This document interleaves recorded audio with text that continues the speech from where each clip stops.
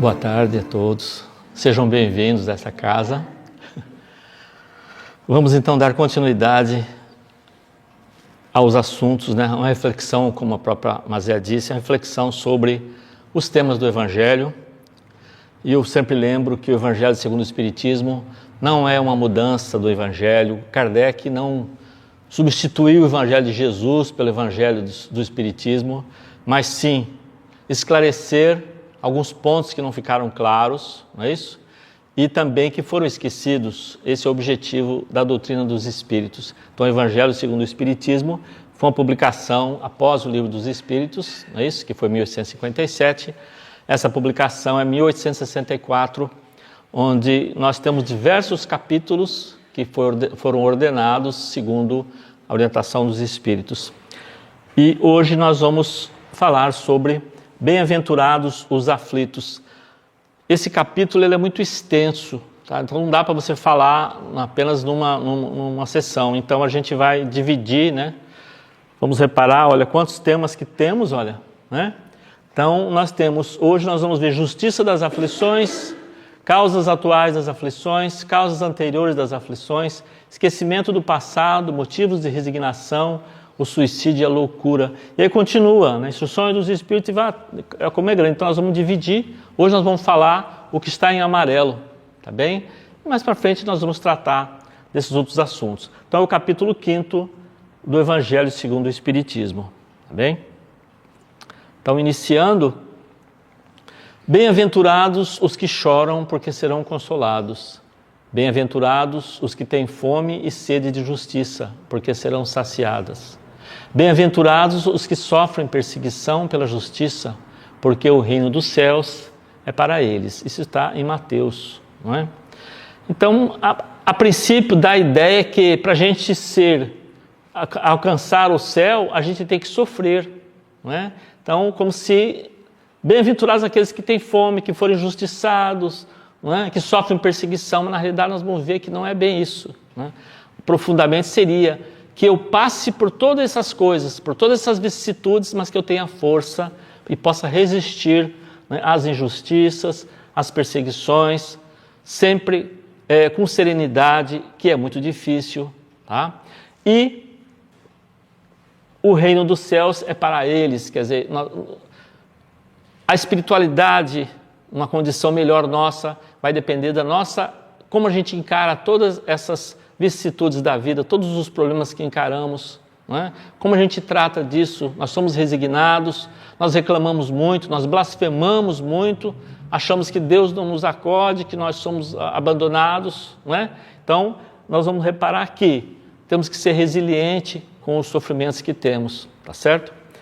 E continuam. Na justiça das aflições. Então a gente começa a ver no mundo por que uns sofrem mais que outros na vida. Porque alguns parece que tudo é difícil, né? Tem pessoas que têm dificuldade para tudo, nada dá certo. E para outros as portas se abrem. A gente vê muitas vezes pessoas que são boas, que estão sofrendo muito. E pessoas que são más, que prosperam. Então a gente acha que isso é muito injusto, né? Por que Deus dá tanto sofrimento para pessoas boas? Aquelas pessoas que a gente percebe que já sabe que cometeram delitos, mas que estão muito bem na vida, não é? Será que justiça é essa, não é? Se aceitamos Deus, que é soberanamente justo, bom e misericordioso, Ele não vai cometer injustiça, não é isso? Nós, encarnados, que somos pais, que somos mães, a gente não quer diferença entre nossos filhos. Nós não escolhemos um filho em detrimento ao outro, não é? Aliás, aqueles que têm mais dificuldades, muitas vezes nós damos mais atenção, não é? O outro parece que consegue se virar sozinho. Então Deus não é realmente responsável por isso. Ele não impõe a gente sofrimento, não é? Não tem nada disso. Então Ele não pode agir com parcialidade, escolher esses vão sofrer, esses não vão sofrer, né? Deus jamais faria isso. Temos que analisar por quê, não é? As vicissitudes da vida têm, pois, uma causa. E uma vez que Deus é justo, essa causa deve ser justa. É só pensar, né? Se estamos realmente passando por Grandes problemas têm um motivo. São consequências de quê? Né? Então é preciso pensar bem nessa frase. Deus não nos impõe sofrimento, as adversidades, as doenças, as misérias, são consequências de nossos atos, da nossa condição espiritual. Em mundos mais avançados que o nosso, não tem mais doenças, não tem violência, não tem guerra, porque a guerra é uma barbárie, que nós estamos vendo agora, atualmente, no nosso mundo. Né? Nos mundos mais felizes, existe só a fraternidade. Ninguém quer tomar o lugar do outro, ninguém quer sobrepujar o outro. A luta é sempre interna, eu procuro me melhorar. Né? Como diz a lição de hoje, a evolução, a melhora, é isso que a gente deve buscar. E não ficar, né, vendo se eu tenho mais ou menos que o meu vizinho. Tá certo? Causas atuais das aflições. As vicissitudes da vida são de duas espécies. Ou, se assim se quer, tem duas fontes bem diferentes que importa distinguir. Umas têm sua causa na vida presente, outras fora dela. Então vamos colocar na nossa vida agora atual aqui. Tá? Quantas pessoas sofrem por não serem previdentes? Né? Por falta de ordem, por falta de disciplina, não organizam a sua vida, não planejam corretamente os seus projetos e depois dão errado aquelas coisas. É incúria, é falta de previdência, né? de prudência. Quantas enfermidades por nossos excessos na alimentação e na bebida. Né? Quantas doenças provocadas por excesso de álcool. Não, o problema não é a pessoa tomar um vinho, nada disso. O problema é o excesso que a pessoa faz disso, no comer e no beber. E aí tem consequências. Não é? Quantos objetivos não são alcançados por falta de perseverança, por falta de organização, por dedicação. A pessoa planeja uma coisa na vida, eu quero fazer tal coisa, né? Eu quero construir uma casa dos meus sonhos. Então ele planeja aquilo, só que a ação não corresponde ao seu desejo, não há um empenho, não há uma dedicação. Tá certo? Então as coisas não acontecem. É culpa de Deus? Não é culpa de Deus, não é? Quantas uniões de casamentos são infelizes, né? Porque não existia amor, e sim às vezes interesse e por vaidades. Vou casar com aquela menina porque ela é bonita, não é? Como é que é isso? Quer dizer, a coisa não tem profundidade, isso se rompe com facilidade. Tudo isso não é culpa de Deus, tá certo? Quantos pais infelizes por seus filhos, porque não souberam combater neles, não é? As más tendências no início. Hoje estão dando realmente muito desgosto aos pais. Mas porque muitas vezes os próprios pais deram tudo o que ele queria, tudo que ele pedia. Ele achou tudo fácil. Né?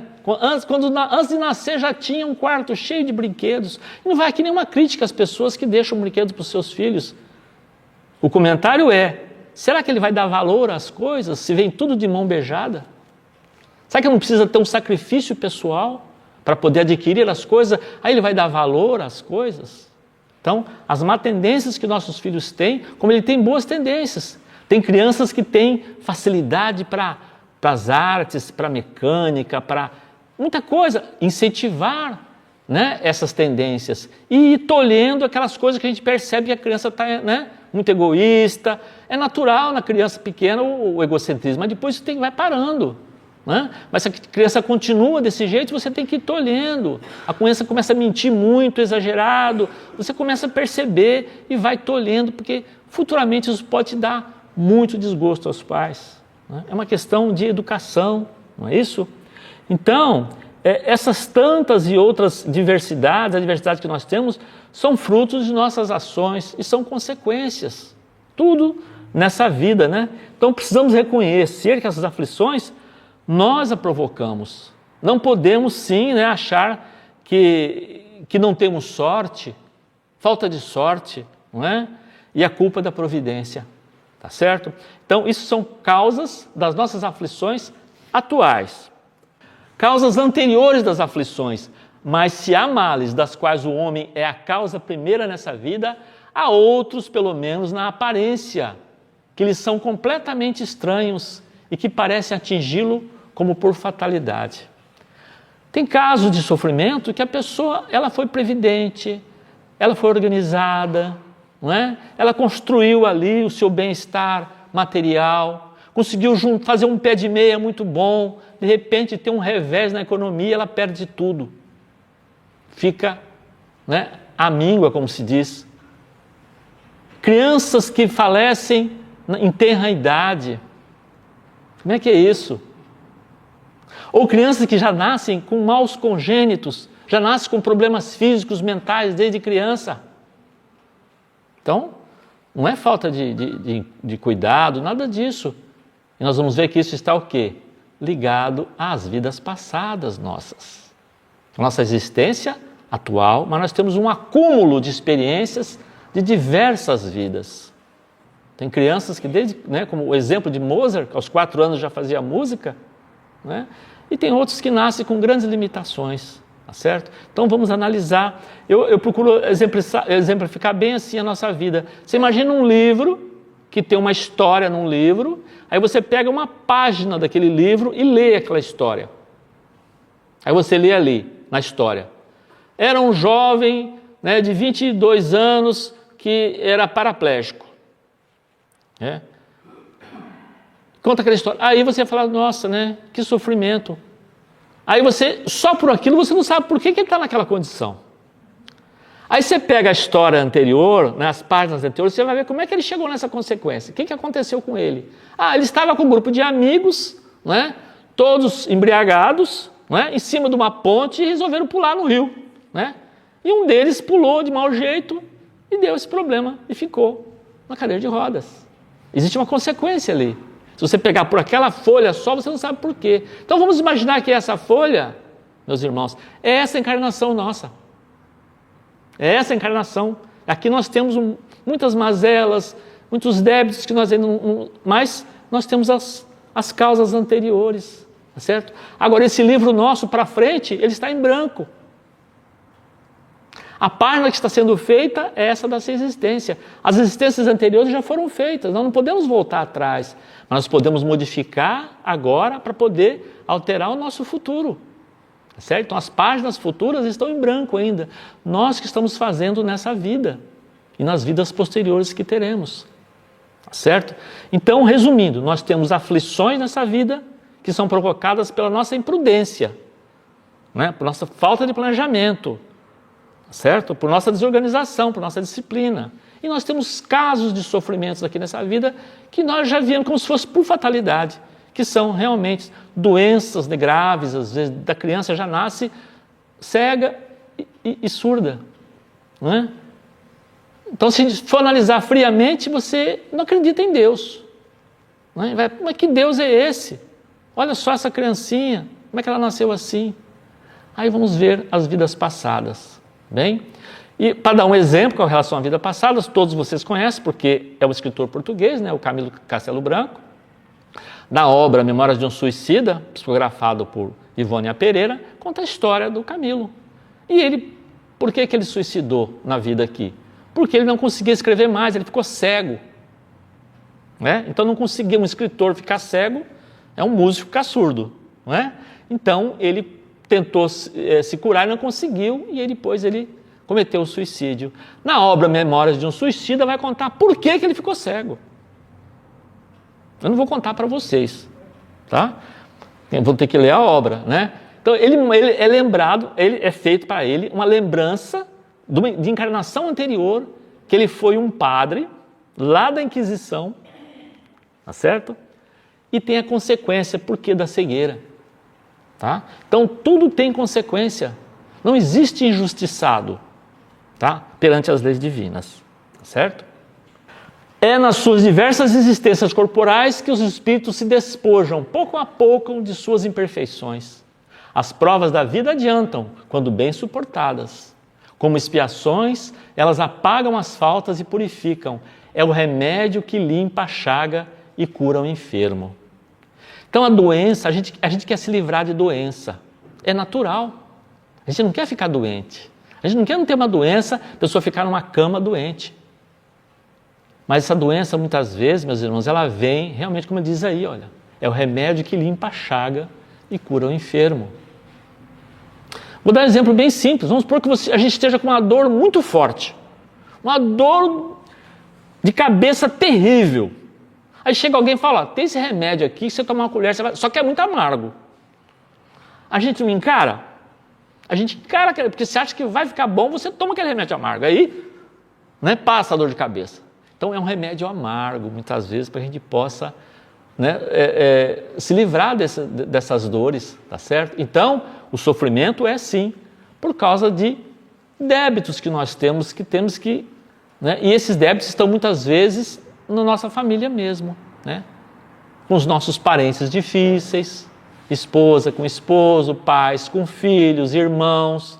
Nós temos que nos acertar, esse é o objetivo, né? Nós temos que nos acertar e viver em harmonia, fazer o possível para isso, tá bem?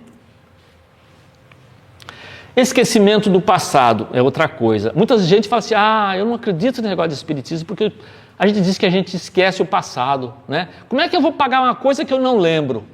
Eu já ouvi isso de pessoas falar. Como é que eu vou pagar uma dívida que eu não sei qual dívida que é? É como se alguém me desse um boleto agora para pagar que eu não sei que dívida que eu fiz. As pessoas não percebem que o esquecimento do passado é uma bênção. Tá? O que eles falam? É em vão que se objeta ao esquecimento como um obstáculo, no sentido de que se possa aproveitar a experiência das existências anteriores. Se Deus julgou conveniente lançar um véu sobre o passado, é porque isso devia ser útil. Vamos supor que eu, sou um filho, tenho um pai, e eu lembro da minha encarnação passada que meu pai é um grande inimigo meu. Como é que eu ia conviver com ele? Se uma mãe que amamenta um filho, se ela lembrasse daquela criancinha, foi um assassino dela, ela foi assassinada por ele. Será que ela iria cuidar dessa criança com carinho, se ela não lembrasse? Então é uma bênção a gente poder esquecer momentaneamente, como o próprio Camilo não sabia disso, lá no plano espiritual que ele foi saber. Por que ele ficou cego? Tá bem? Então, nessa existência, nós temos sim os nossos desafetos, antigos às vezes na nossa família, só que a gente não lembra. Então, por mais que uma mãe tenha um filho, que foi um inimigo do passado, o amor que eles vão ter, o amor que a mãe vai devotar, que o filho vai ter pela mãe, quando eles voltarem para o plano espiritual, aquilo vai ser dirimido. Aquele ódio, ele vai desmanchando, porque houve uma convivência de amor. Então, é importante sim esquecer o passado. Tá? E é comum crianças, antes dos 7 anos, lembrar da encarnação passada. Tem centenas de casos no mundo. Criança com 3, 4 anos fala, olha, eu fui um policial que morri naquela loja. Eu fui lá, um assaltante deu um tiro no meu coração e morri. Ele conta. Aí vão analisar o caso, eu já tenho um monte de casos. Eu fui um piloto que eu morri na Segunda Guerra Mundial. O meu avião foi abatido. Ele conta com detalhes, qual que era o avião, qual que era o lugar. E aí vão fazer levantamento, realmente aconteceu. Então, por quê? Porque até os 7 anos, nós não completamos, segundo o Emmanuel, segundo o André Luiz, a gente não completou a nossa encarnação ainda. Então, uma criança de 2, 3 anos lembra ainda da encarnação passada, lembra da vida espiritual ainda. E depois dos 7 anos já fica mais difícil lembrar de encarnação passada. Tá bem? Então, isso ocorre, tá? Motivos de resignação. Por essas palavras, bem-aventurados os aflitos, porque serão consolados, Jesus indica ao mesmo tempo a compensação que espera aqueles que sofrem e a resignação que faz abençoar o sofrimento como prelúdio da cura. Porque, meus irmãos, a gente, quando adquire um certo livre-arbítrio, o espírito adquire um certo livre-arbítrio, ele planeja a sua reencarnação. O nosso protetor espiritual, que todo mundo tem um, ou anjo da guarda, como dizem os católicos, é o mesmo protetor, é o mesmo Espírito que cuida de nós. Antes da gente nascer, acompanha a gente na vida, e na hora da nossa passagem para o outro lado, ele acompanha também. Então a gente planeja a nossa vida. E nós temos um débito do passado muito sério. E a gente planejou, nós acompanhamos o planejamento, que a gente vamos perder um braço nessa existência, num acidente. Tá certo? A pessoa sofreu, foi amputada. Como é que ela encara isso? Por isso que ele diz, resignação. A pessoa vai ficar reclamando sempre que ele é diferente dos outros, né? Por que ele é assim, não consegue fazer nada, porque está sem um braço, etc, etc, etc. Passa a vida inteira reclamando. E tem outros que não. Tem outros que não têm braço, nenhum dos braços. Pintam com os pés, nos pincéis com os pés. Levam a vida. Isso é resignação. Ele vai cumprir realmente, né, com galhardia o que ele veio para fazer. Então o nosso plano é esse. Tá? Nós temos essas nossas mazelas ainda de muito tempo atrás. E muitas coisas boas também fizemos, não é só coisa ruim. Tá? Então não existe nada que a gente fez de bom que não volte para nós. Sempre. Né? É a lei da ação e da reação. Sempre vai voltar o que a gente fez de bom e também coisas que nós não fizemos equivocadas. Tá certo? Outro item que tem nesse capítulo de hoje, o suicídio e a loucura. A calma e a resignação, auridas na maneira de encarar a vida terrestre e na fé do futuro, dão ao espírito uma serenidade que é o melhor preservativo contra a loucura e o suicídio. Nós sabemos que o suicídio é uma coisa muito séria, né? Não só em Portugal, como em diversas partes do mundo. Né? Por que tantas pessoas suicidam? Né? Então, a maioria dos casos de loucura, pode-se dizer, são devido aos efeitos produzidos pela vicissitude da vida. A pessoa encara tantos problemas que ela não suporta. Né? Ela entra, como se diz na gíria, tem parafuso, né? Ela fica perturbada demais, né? E tem grande desequilíbrio emocional e age de maneira totalmente, às vezes, irresponsável, fala as coisas que não deveria, toma atitudes impensadas, porque ela está desequilibrada emocionalmente, tá bem?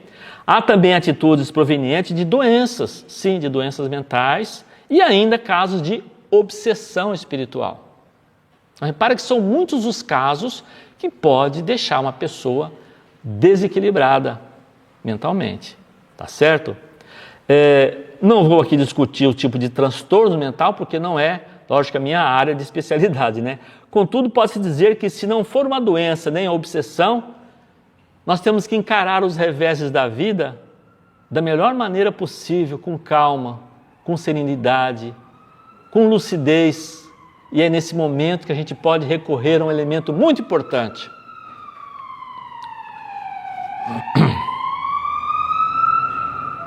Que é a prece. É essa hora que a gente vai, né? Está passando por um problema muito sério, primeiro, serenar o pensamento, fazer uma prece sincera ao anjo de guarda, a Jesus, ou um santo que você admira, não importa, porque são todos espíritos iluminados. Peça lucidez, peça força, capacidade de resolução dos problemas com as suas próprias forças, porque à medida que a gente consegue vencer os problemas, a gente se torna mais forte, nos tornamos mais fortes, mais resilientes para os próximos que virão.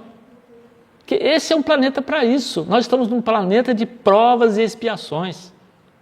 Já estivemos em situações piores. Já estivemos no mundo primitivo, né? Aquela vida nas cavernas. Não tinha nenhum conforto que a gente tem hoje. Não existia lei, não existia amor. É só instinto. Hoje nós temos sentimentos, temos emoção, estamos numa condição melhor.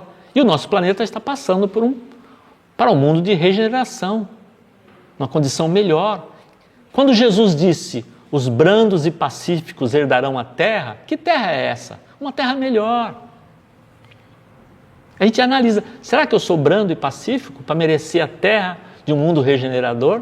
Será que existe no meu coração ainda revolta, egoísmo, ódio, rancor? Não combina com o mundo regenerador, não é? Sobre o suicídio.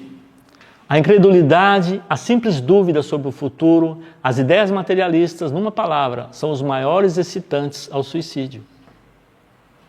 Uma pessoa passa por sofrimento muito grande, ou amoroso, né, ou emocional, ou material, só que ele não acredita em nada, ele acha que depois que morreu acabou.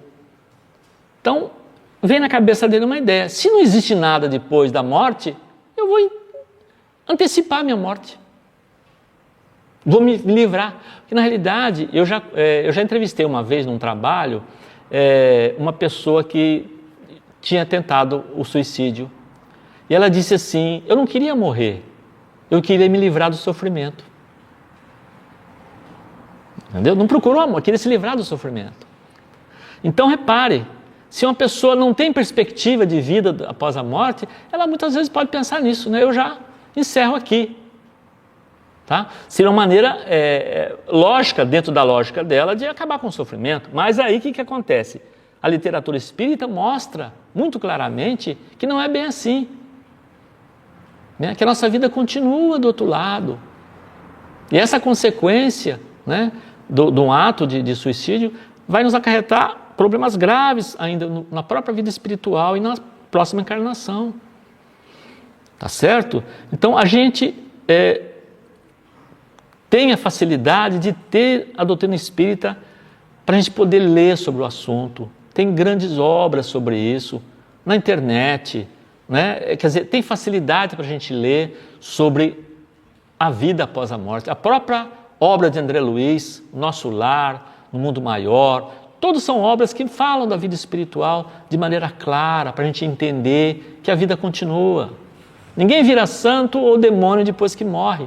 Nós continuamos do mesmo jeito, com os nossos sentimentos, com as nossas emoções, com os nossos afetos, com os nossos conhecimentos. Nós continuamos do outro lado da mesma maneira.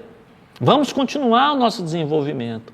Tá? Então, se a pessoa tem, né, uma ideia que a vida continua, ela vai pensar um pouco.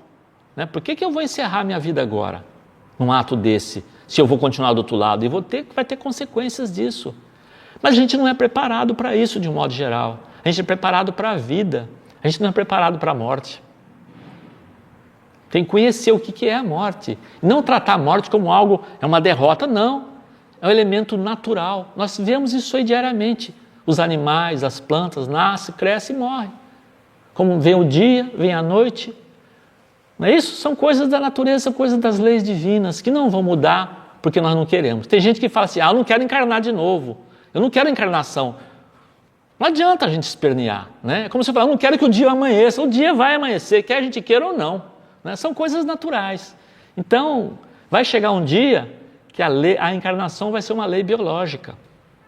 Não vai ter ligado à religião, né? É uma lei natural, tá certo? Porque nós vamos perceber quanta coisa nós temos que aprender, e uma vida só é muito pouco, uma existência só.